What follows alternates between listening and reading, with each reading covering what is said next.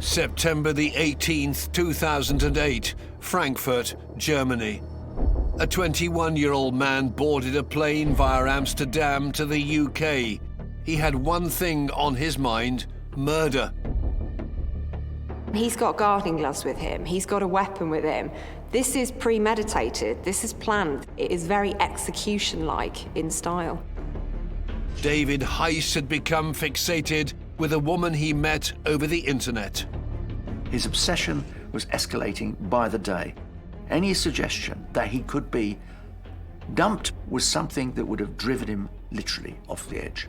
In order for Heist to be with the woman he loved, he had to eliminate the one man he thought stood in his way, her 20-year-old boyfriend, Matthew. He's going to go from a completely law-abiding citizen to a first-degree killer in 1 second. Heist stabbed the defenseless man in his own flat 86 times in a cruel and frenzied attack, and then calmly boarded a plane back to Germany. The scene, I can remember it vividly. It was a horrific sight. I've been to lots of scenes of horrific crimes, and this one was particularly bad. Fueled by jealousy and rage, the obsessive online gamer turned into a deadly stalker who would stop at nothing to get what he wanted. All of this makes David Heist one of the world's most evil killers.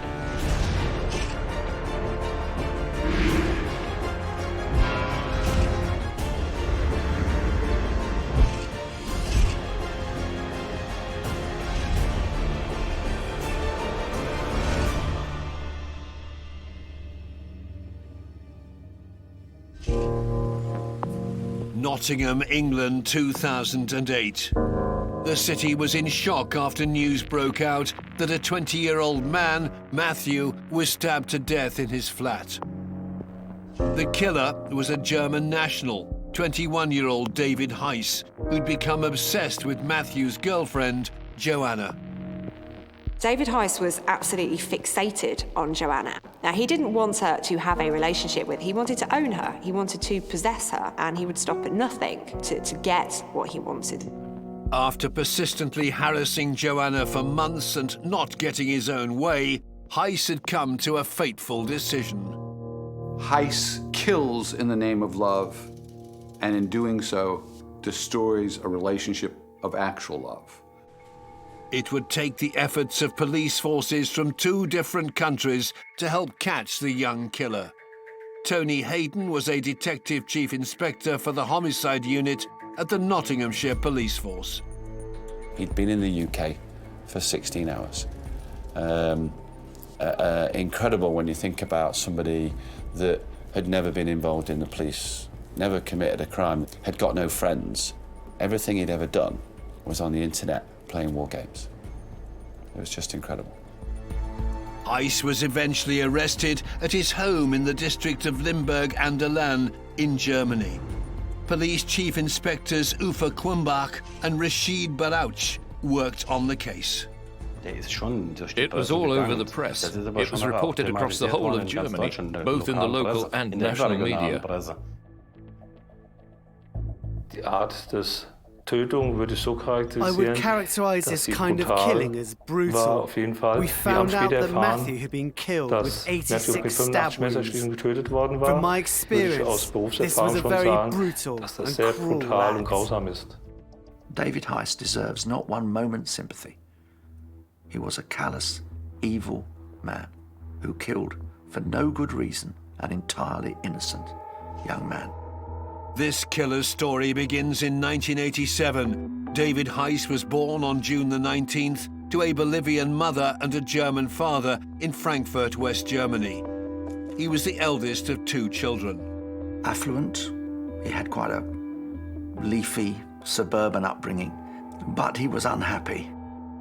Heist's childhood is quite a turbulent one. So his parents separated when he was 6, and his mother went on to remarry. After his parents divorced, it was decided that Heist would live with his grandparents near Limburg an der Lahn. And he was effectively brought up by his grandmother and grandfather, to whom he was close. I think he feels like he's the outcast. And when you have those interruptions, those disruptions in the attachment that somebody has with their parents, their primary caregivers, that starts to have an impact on the relationships that they have with other people. Heist's mother remarried and went on to have more children. I think here we've got an individual who feels like he never really sort of fits in. His mother's formed a new family unit, so I think there's always that feeling of being an outsider, of being awkward, of not having a sense of belonging in the family. His mother, a nurse, still lived in the town, but he barely spoke to her, and his father was even more distant from him. As a result, Heist became insular and isolated. Heist is put out to pastures. And the message in there to the child is very simple. Love can't be counted. The closest thing to you can just set you aside and go on to a new life as if it's nothing. This creates a desperate sense of insecurity. I think very early on in those early years, we're starting to see the seeds sown for a disruptive adulthood, for somebody who's going to have difficulties with relationships, but it becomes an awful lot worse than that. Estranged from his parents, Heist also struggled to make friends. He was an isolated child. He took refuge, as so many adolescents do now, in the net, in his bedroom, his computer. The teen would spend up to 8 hours a day on the internet and developed a passion for online gaming. His social interaction was limited to other gamers. Here's somebody who doesn't have great relationships with his peers, so he seeks solace online. He makes friendships with people in the virtual world, and the virtual world is very different from the real one because you've got a lack of social cues. You've got that lack of kind of eye contact, of seeing a person face to face. And I think this is something that actually suited him down to the ground. At school, Heist excelled academically, but he couldn't afford to go to university. It was a fact that rankled him. I think he felt from a very early age, that's what I was due. I want to be at a university. He was clearly clever enough, but it wasn't possible. Aged 19, he decided to join the military, but after just 2 weeks he was discharged for not being mentally suitable. Instead, Heist took up an apprenticeship at a textile dye production company. And in itself, that, coupled with his extraordinarily isolated childhood, turned him into an introverted, unhappy, complicated boy who had never come to terms with any kind of relationship. And things would only get worse for the troubled teen when his grandfather died in 2007. All that he'd held dear seemed to be about to be taken away from him, and he desperately wanted something else to hang on to as well. And that is when Matthew and Joanna entered Heist's life. At this time, Heist joined an online wargaming forum called AW Bunker. It was here that he met Joanna, an environmental science student who lived in Nottingham with her boyfriend Matthew, a former physics student. Both were fellow gamers who'd also met online. Later that year, the gaming forum AW Bunker closed, so Joanna and Matthew set up another one called warcentral.com. Joanna is known on the site as Jojo. Matthew's known as Shade. There were others whom he contacts regularly. Increasingly, Heist's world contracts, so in fact, it simply is on that war game site. Joanna, Matthew, and another individual had taken on the management of a war games forum, and they managed that forum so that people who were involved in certain games could speak to her and Matthew as experts around how to progress in the game. And he becomes obsessed, and there's no other word for it. He becomes inhabited by his fellow gamers. With his newfound virtual friends, Heist, whose nickname was Eagle the Lightning, joined the new forum. He'd taken a particular liking to Joanna. The fact that she had got ginger hair, he felt that that made her more intelligent. So he had this massive respect for her and became besotted by her. She was a manager of a forum, and that put Joanna up on a pedestal. He was able to find somebody who was really enmeshed in his private world. And he not only found a woman who was living in that world, which is relatively rare, he found a woman who was living in that world as the world's creator. And that's what I suspect made Heist believe that she was, for him, almost the perfect match. It would be the start of an obsessive relationship that would eventually turn deadly. Although she had a boyfriend, Heist had begun to stalk Joanna by going through her Facebook account and online journals. He was sending her private messages, which she rebuffed. You know, don't do that sort of thing. I don't need that sort of attention. I'm in a relationship with Matthew, and he wouldn't give up.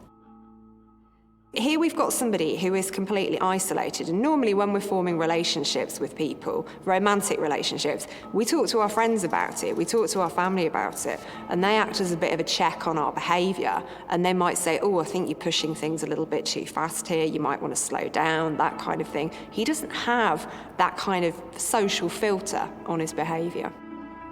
Heist's obsession with Joanna was escalating. Even though he'd never met her in person, in May that year, he declared his love for her. Heist had become totally obsessed with Joanna and confessed, I love you, Jojo, more than anything else in my life. And he went on, I shouldn't, but I can't help it. And to be honest, it's a great feeling. A great feeling, someone you've never met, you only know on a war game site? It is the most extraordinary thing to say. You know, he has no emotions for reality. It simply exists on the screen in front of him. This is a young man who has lost contact with reality.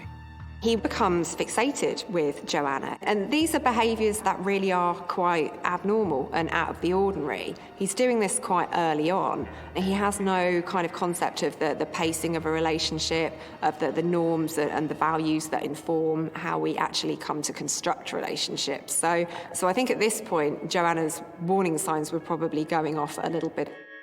Heist continued to harass Joanna, and his messages became more intrusive and obsessive. And so it's perfectly normal for a human being to bond tightly. What happens to the stalker is they bond too narrowly, too tightly, too quickly, too completely, and that becomes a pathological bond. And that's what happened for Heist. Because Heist bonds with somebody and falls in love not knowing who they are. He falls in love with, what he bonds to, is his fantasy about who she is and what she is. And what's his fantasy? It's his perfect match.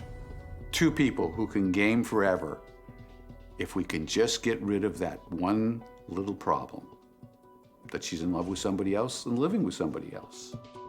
Joanna continued to dismiss Heist's messages and told him that she was in a happy relationship with Matthew. This only antagonized Heist, and his fantasies became more sinister, and on the 10th of June, he sent a fellow gamer an ominous message. That is Matthew, Joanna, and David Heist.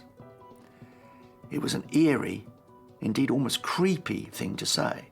Heist had now become frustrated with the virtual world. He needed to see Joanna in the flesh.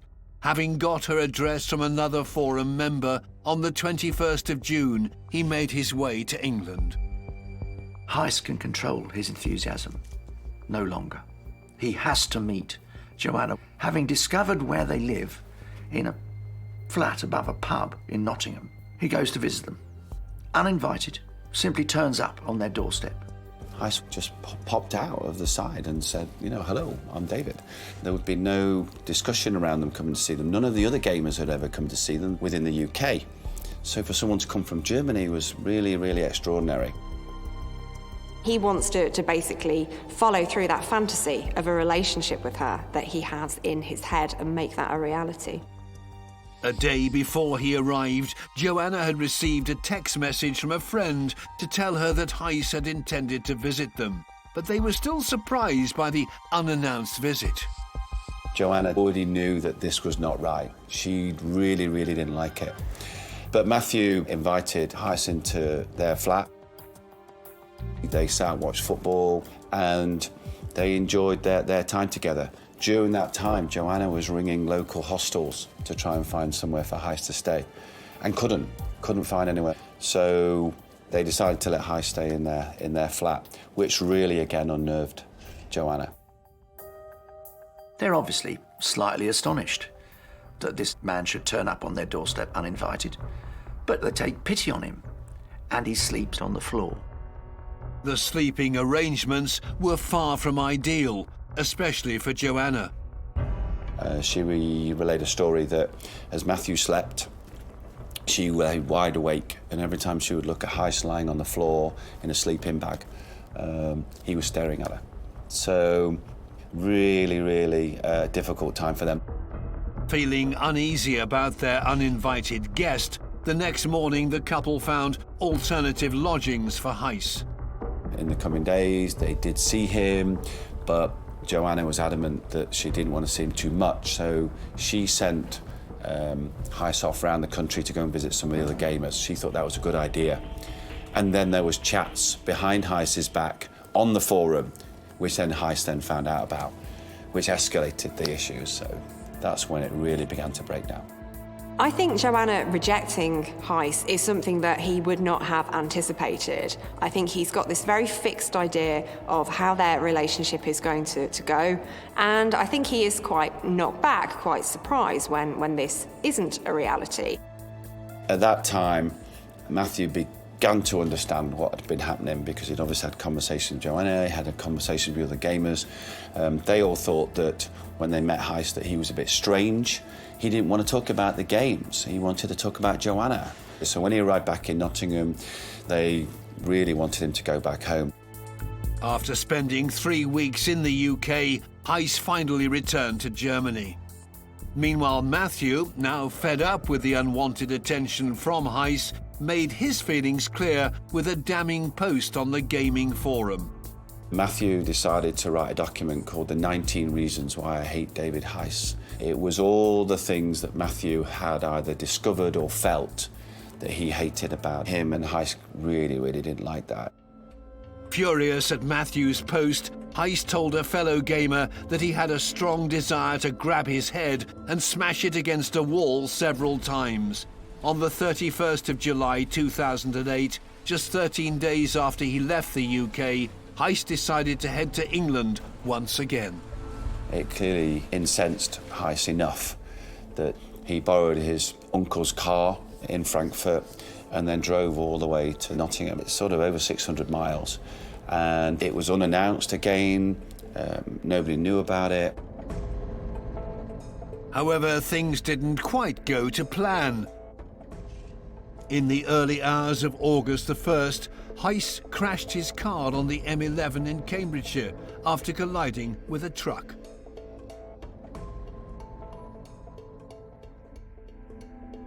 He then got up in the morning from hospital with a minor arm injury and got on the train and came to Nottingham.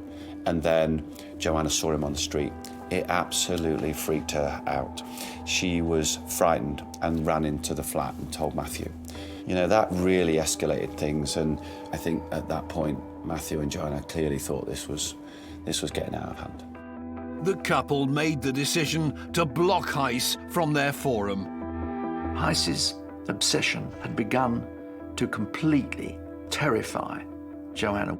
She blanked all contact with him, and indeed told him to see a psychiatrist.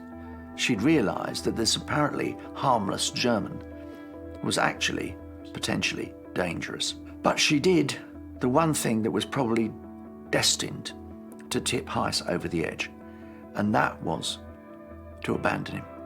For somebody like Heist that was clearly a loner, clearly somebody who didn't have friends, was clearly reliant on the chat room and the gaming site all day, all night, to be told to get out of the room, you can't be part of the conversation, was clearly something that he didn't like, and that escalated his anger. Other members followed suit, which infuriated Heist and aggravated him further. Heist had threatened to come to England and kill himself in front of Joanna. Heist had been falling out with all the other gamers. They'd been calling him names and telling him that he was strange, and there was clearly a real hatred within this group, Heist against everybody else, but in particular Joanna and Matthew. Despite this, Heist continued to declare his undying love for Joanna. His obsession was escalating by the day, by the week. Any suggestion that he could be dumped by them was something that would have driven him literally off the edge. It would have been another abandonment, which ran like a thread through David Heist's life, was part of what made him the killer that he was to become. Heist was now at breaking point, and his unpredictable and obsessive behavior would only escalate. He was determined to kill Matthew. I think Heist sees the world in a very black and white way. He wants a relationship with Joanna. Matthew is a barrier to that relationship, therefore I must remove that barrier. And it really is quite chilling the way in which he goes about this. On the 18th of September, Heist made his third trip to England in less than 3 months.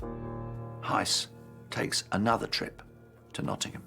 He flies from Frankfurt to Birmingham Airport and then takes the train from Birmingham to Nottingham. The 21-year-old office worker had come well prepared to put his murderous plan into action. He'd brought with him enough clothing to keep him warm because he knew that he was going to have to sleep outdoors. He'd brought a sleeping bag. We have some CCTV footage of him coming to the tram station and becoming really confused because they'd stopped running because he'd arrived too late. So that kind of messed him with it a little bit. So then he had to walk away through Nottingham. At approximately 1 a.m., David Heist made his way to Joanna and Matthew's flat. We've got images of him putting his bag down, walking up the road, hiding his bag, coming back, spending a lot of time just thinking what he was going to do. He doesn't knock on the door. He sleeps outside the flat, beside an air conditioning unit, which was presumably giving out some heat. It's not the depths of winter, but it still was cold. Joanna and Matthew had no idea that Heist was back in the country and just meters away from them. When Joanna got up in the morning in order to go to work, she kissed Matthew goodbye and she walked out. And he specifically waits for Joanna to go out to work in the morning. He watches her leave.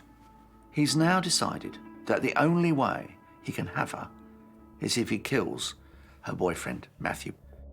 With Joanna now out of sight, Heist made his way up to their flat.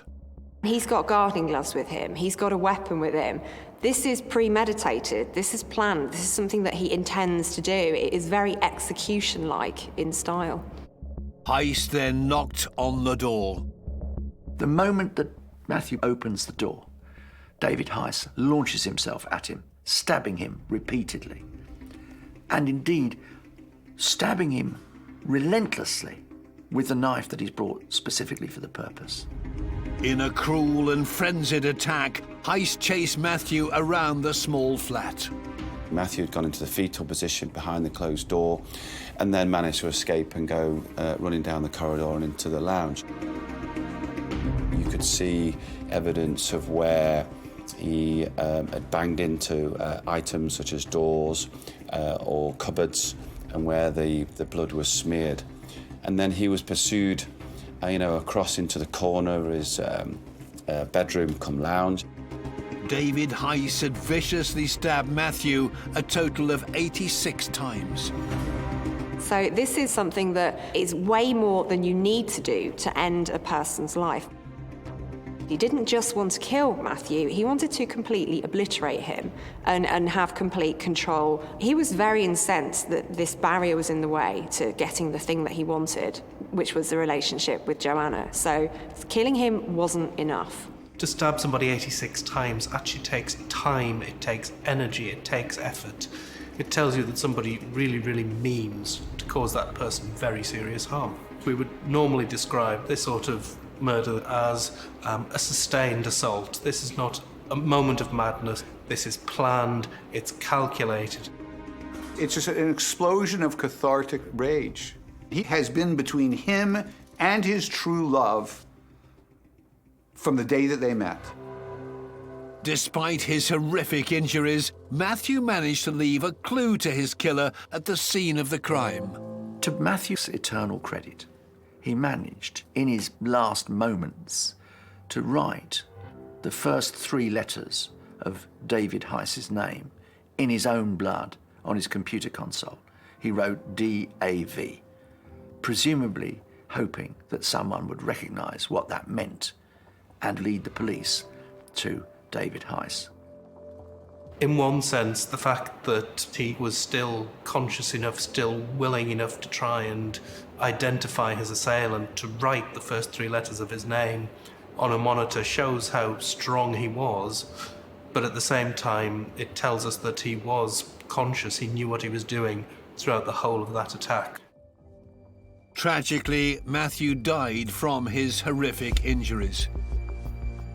His murderer then proceeded to cover up his callous crime. He had made 2 suicide notes, one for him and one written for Matthew. And the one written for Matthew included personal details that he got out of Matthew using certain historical events, using certain people's names in a note. But given the horrific scene before him, Heist realized he could no longer make Matthew's murder look like suicide. He is also premeditated enough to realize that he's probably going to better make the whole affair look like a burglary gone wrong. So he ransacks the flat to conceal the fact that it's actually a particularly directed attack at Matthew. Intent on making the attack look like a burglary, CCTV footage captured Heist carrying items that he'd stolen from the flat and dumping them in a nearby dumpster. But there was something odd about the way he walked. One of the things that I've never really understood is that Heist had not brought any spare shoes. His shoes were covered in blood, so he had to borrow some shoes of Matthew's. Matthew's shoes were very small. Heist was a size 11. So as he's walking up and down the road, he's actually pigeon-toed, and you can see that. He'd also, in the frenzied attack on Matthew, stabbed himself and cut his leg. So he was bleeding. With Matthew lying dead in his flat, Heist casually made his way to Birmingham Airport to catch the 1:20 p.m. flight back to Germany. Most people, when they've committed a murder, are so horrified at what they've done, it really knocks them back, and they don't quite realise beforehand, even if it's something that they've planned, the enormity of what they've done, and that they're unable to function normally. So the fact that Heist can do this shows me that he is a very cold and a very calculating individual. He's in the country for less than 16 hours. In that 16 hours, he kills Matthew and leaves him in the flat in Nottingham. That evening, having not heard from Matthew all day, Joanna anxiously made her way back home from work and made the horrific discovery in her flat. She rang 3 nines and spent a long time on the phone, relaying the fact that she'd found Matthew deceased. And Joanna was in a really bad state, but she was taken to the local police station in Nottingham. The next morning, Tony Hayden went to examine the murder scene. It was a horrific sight. I've been to, unfortunately, lots of scenes of horrific crimes, and this one was particularly bad. There was blood on the outside of the front door to the flat. It was absolute carnage. It was clearly evident from the scene that Matthew had been attacked and then attacked again and again, and had been chased through the flat. It was just a terrible thing to see. With no witnesses, the police were keen to find out who could have committed such a vicious attack on Matthew. Well, Joanna was vital. She she had a story to tell, and it was imperative that we got to the basic information very, very quickly, and she relayed certain information to us that really set that investigation going. She told us about the fact that Matthew had got no enemies. He wasn't involved in anybody that had got criminal links, all those sorts of things. So very quickly steered us towards the problems that she was having in her life at that time, and they were all centred around David Heist and all of the harassment and all of the issues that her and Matthew had been experiencing for months. The police gathered CCTV evidence which showed Heist in the Nottingham area the day of the murder. It was one of those where things dropped into place pretty quickly. It was an extraordinary case for lots of reasons, but actually identifying Heist as the main suspect was, for us, a relatively easy thing to do. Gathering the evidence of what he did was extremely difficult. As the news broke of Matthew's murder, fear had spread amongst the local community. We had lots of problems in the student fraternity. We had officers involved in trying to reassure the student community that it wasn't an attack on them. We had to look at the general community in Nottingham and the fear that this particular crime may have created by trying to reassure them that we had an idea of who it was that had committed the offence. The difficulty was where was he? What might he do next? And we had a real concern about the other gamers that were involved in this investigation as well. Heist had thought he'd committed the perfect murder, but he was now the police's main suspect. They just needed to find him. The police were now looking into the killer's background. Well, we started to make some investigations around Heist and where he was from. The only thing that we'd got from some of the gamers was that he maybe lived near Frankfurt, and we didn't have any other information. After talking to other gamers, the police discovered that Heist was apparently online the morning that Matthew was murdered. We had managed to convince his sister that he was going away overnight to a party and that he needed somebody to manage his online account, and then got his sister to log on to the computer. We were really concerned about that. Had we got this right? Even though he'd killed Matthew, Heist continued to act innocent to the other gamers. When he was back in Germany, he began to say, "How is Matthew? And has anybody heard from Matthew?" Well, Matthew was dead. However, the police were still convinced that Heist was their main suspect. But since he was an online gamer, they had no idea where to find him.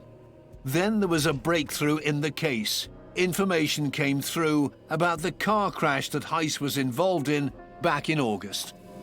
The fact that the police had attended that crash, and what had happened was that some items had been sent to Heist from the car by the AAA. It's like the European version of the recovery service in the UK. And that gave us a couple of addresses that linked to Heist. So we were then able to go to the courts in the UK. We give them enough information that suggests we should arrest this individual. With a European arrest warrant, the police went through Europol and made contact with the German authorities. Ufa Quimbach and Rashid Barouch were assigned to the case. After receiving a formal request, we carried out the background checks. The only thing we knew was that he was a young man that lived in the district of Limburg-Walburg. He didn't show up in any police records, so we found nothing. It was a total blank slate for us. Heist, unaware that he was being investigated, decided to send Joanna a message on Facebook 4 days after he'd murdered her boyfriend. He wrote a note which said, "I'm sorry for causing you so much trouble. I hope you won't lose all your hope. We will be there for you." That gives you an indication of the distortion of Heist's mind. We will be there for you? No, I think what he really meant was, I will be there for you. What he really hoped is that Joanna would fall into his arms, that she'd somehow be won over by the fact that he'd eliminated her boyfriend. This is a very clumsy attempt at trying to worm his way back into her affections. And this really does, again, show his complete lack of judgment, his complete lack of awareness of social norms, of ways to behave when somebody has died. It reflects a complete inability to see the world from the perspective of the victim. Meanwhile, the German authorities now had an address for Heist, and on the 24th of September, he was finally arrested. David Heist was arrested by the special unit, and he didn't resist arrest. He was brought to our office, and my colleague Quimbach and I went over the case with him. We made him aware that he was accused of committing a murder in Nottingham, to which he immediately responded by saying, "I was in Nottingham, and I'm glad that I was arrested, because I wanted to break away from it all." It was strange. There are offenders who don't say a single thing, but I got the impression from him that he was relieved that he could talk to someone about it. He almost got the whole thing off his chest. Heist continued to open up to the German detectives. After we informed him about his situation, he told us that he didn't need a solicitor and he wanted to tell us what happened. We started the interrogation around 10 p.m. and it finished around 3 a.m. During that time, he told us how he met Joanna and Matthew over the internet and how he fell in love with Joanna. He said that he visited Joanna twice in Nottingham, and the third time he went over was mainly because he wanted to punish Matthew for the bad things he had written about him on the internet. We asked him whether at the time he had the intention to kill him. He said no, he wanted to punish him, but he had taken the knife with him. Heist then gave his version of what happened that fateful day. He told us that he had waited until Joanna had left for work that morning and then went up to the flat. Matthew opened the door and there was a fight. He hit Matthew to the ground with a first punch and then added countless stabs with the knife during the fight. That was how David Heist described it. During the investigation, David gave clear details about everything. He had to stop 2 or 3 times because he started to cry. They were genuine tears because he just realized exactly what he had done. Heist hadn't admitted a murder. He'd admitted that he'd killed Matthew, but it suggested that he went there to talk to Matthew, and Matthew had attacked him, and he had to stab him in order to defend himself. Tony, along with a German-speaking detective, flew out to Frankfurt on the 25th of September. The German officers received us extremely well. They took us to Heist's house and then showed me what they had found. Below his bed was a suitcase. Within the suitcase was blood-stained clothing. Lots and lots of information that clearly reassured me that we got the right individual. The items found in Heist's room revealed the true state of mind of the killer. So Heist actually hung on to some items that were related to Matthew's murder. So he hung on to the bloody clothes, he hung on to a fake suicide note. And often killers will do this, especially if this killing holds specific significance to them. It's something that has been important for them, for their sense of power, for their sense of status. And often they will revisit these items. They will relive that moment when they were all-powerful, when they'd got control back. He kept them as a trophy to remind himself that he had dispatched his love rival. But what is absolutely undeniable is that Heist, who'd got rid of the weapon, found it impossible to get rid of the clothes he wore. Now that says a lot about his delight in the killing of Matthew. On the 25th of November, it was agreed that David Heist would be extradited to England, and he was charged for murdering Matthew. His trial was set for April 2009 at Nottingham Crown Court. None of Heist's family attended. As far as we could tell, he never had any contact with his parents whilst he was in custody in England. It seemed really unusual to us for parents not to want to contact their son. I can't give you a reason why, even if I wanted to. Details of what happened on the morning of the 19th of September were presented to the jury. The critical element there was the crime scene examination that was meticulous. It showed exactly where the stabbing started and where it finished. And we were able to show how Matthew defended himself. He'd got knife wounds across his hand where he'd grabbed the knife. You know, Matthew was a strong, determined young man that fought for his life, like anybody would. But he tried his utmost. He ran away, he fought back, he grabbed the knife, he did all he could to save his own life. But he was just overpowered and clearly very surprised. Heist claimed that he'd only gone to confront the couple after they'd started to abuse him on the gaming forum, and that he'd attacked in self-defense. A feeble argument, to put it politely. If you've killed someone in self-defense, the first thing you would do is run and find a policeman and admit it at once. You wouldn't get back on a plane and fly to Germany. You wouldn't dispose of the weapons. You wouldn't keep the bloody clothes under the bed. The calculated killer even tried to manipulate the jury. His English was immaculate, and he was trying to tell the jury how it was all Matthew's fault. And he spent 2 days doing that, and I've never seen a suspect do that in a trial before. So it was a very, very difficult, very long trial. We had to prove everything. We had to bring officers from Germany to give evidence. Ich wurde damals als Zeuge zu dem Prozess vorgeladen. I was asked to be a witness at the hearing. The judge wanted to know what David Heist had said to us during the interrogation. And once again, I described it in detail. The evidence against David Heist was undeniable. CCTV of him coming from Birmingham to Nottingham. There was the bloodstains, the walls, elaborate evidence shown to the jury of the spatter, DAV written on the computer screen. The evidence against David Heist was utterly compelling. On the 11th of May, after just 2.5 hours, the jury found David Heist guilty for the murder of Matthew.